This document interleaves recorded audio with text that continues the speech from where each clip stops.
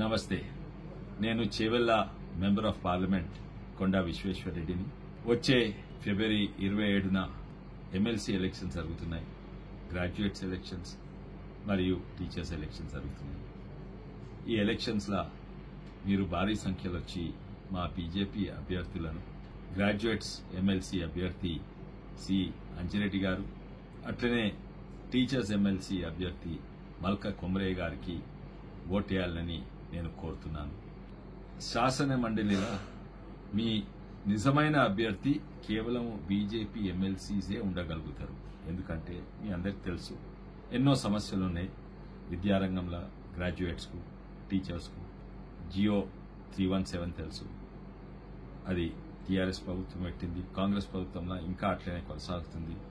అట్లనే పెన్షన్స్ విషయంలో, తర్వాత డీలేడ్ డిఏస్ ఇవన్నీ కూడా డిలే అవుతున్నాయి.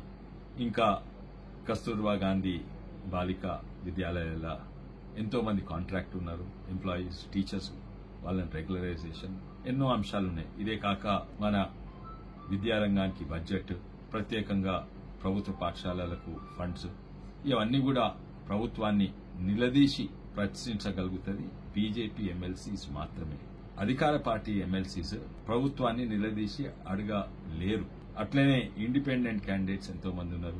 వాళ్ళు కాంగ్రెస్ టికెట్ అడిగిండు, దొరకలేదు కొంతమందికి. లేకుంటే రేపు ఒకవేళ మేము గెలిస్తే కాంగ్రెస్ జాయిన్ కావచ్చని వాళ్ళు కూడా ప్రభుత్వాన్ని నిలదీసి అడగగలగరు.